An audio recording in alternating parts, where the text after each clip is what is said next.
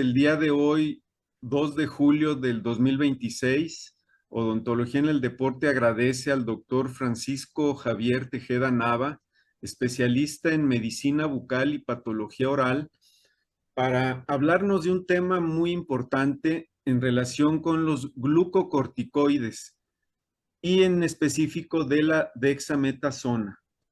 ¿Para qué se usan? Reacciones adversas y riesgos en deportistas por el tema del antidoping. Muchas gracias, doctor. Hola, hola, Abner, muchas gracias por la invitación. Agradezco, aparte de la invitación, también el favor de la atención de las personas que van a estar viendo esta presentación. Hablar de los corticosteroides, que son fármacos que tienen esta potencia antiinflamatoria debido a que provienen de eh, son sintéticos y se obtienen a partir del cortisol, que es una sustancia, una hormona que va a producirse a partir de la corteza de las glándulas suprarrenales. Pues el efecto obviamente va a ser mayor. Y va a ser importante poderlo platicar porque nosotros como dentistas tenemos este fármaco de primera mano para poder resolver algunas de las características tanto pre y posoperatorias de tratamiento en el paciente.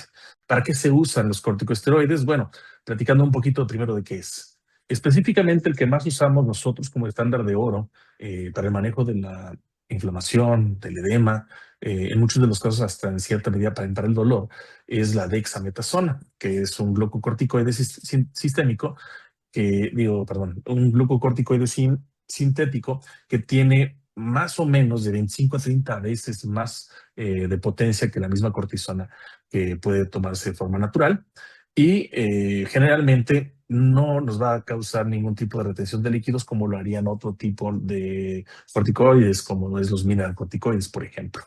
Estos están bien indicados en procedimientos que nuestros colegas, los cirujanos maxilofaciales, llevan de atención para cirugía de terceros molares.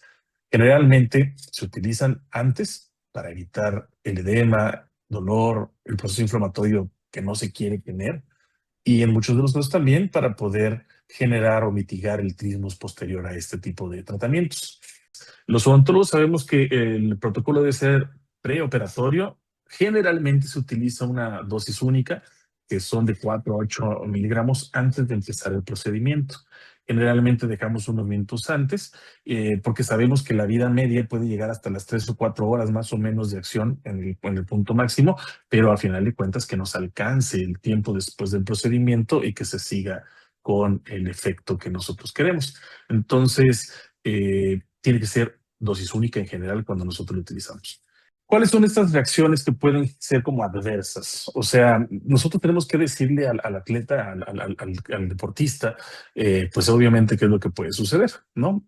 Dentro de las dosis, como son dosis agudas, únicas dosis, algunos dicen que puede ser pues poco lo que puede suceder. De hecho, algunos dentistas yo los he escuchado que dicen, no te preocupes, no va a pasar nada, es una sola dosis, pero yo creo que sí pasa, principalmente porque va a bloquear temporalmente la captación de glucosa en los músculos. Y esto estimula obviamente a que haya mayor producción de glucosa por parte del hígado.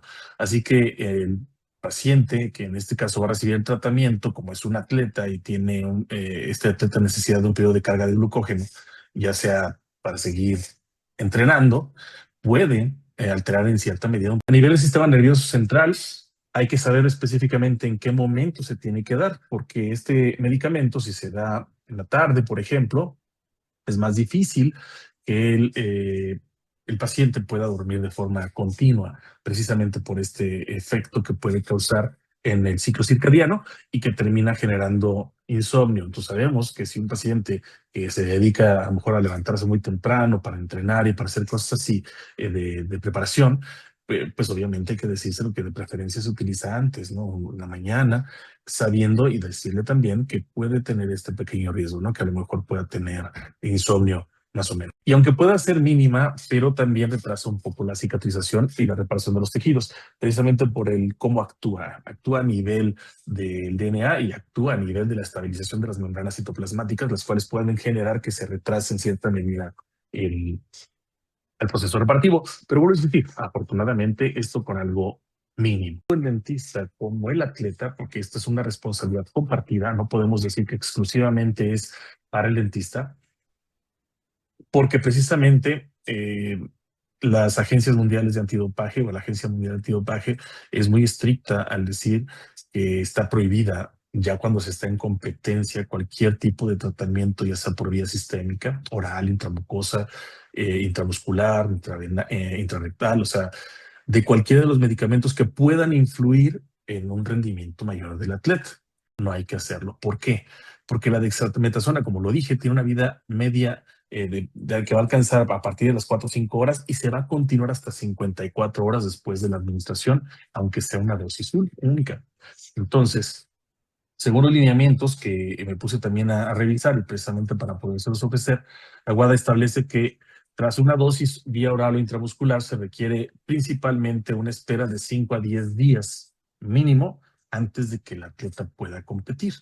¿Qué hacer? Es tratar una urgencia, se le tiene que comunicar, pues obviamente el ontólogo con el equipo del atleta y decirle, mira, se presentó, yo tengo que utilizar este fármaco para poder cumplir con lo que se requiere y en algunos de los casos, obviamente, pues el equipo, el grupo, el que está ahí con el atleta tiene que decir, ¿sabes qué? Si tienes otra alternativa, búscala, pero si no es si es la única, pues nosotros tenemos que estar pues bien comunicados.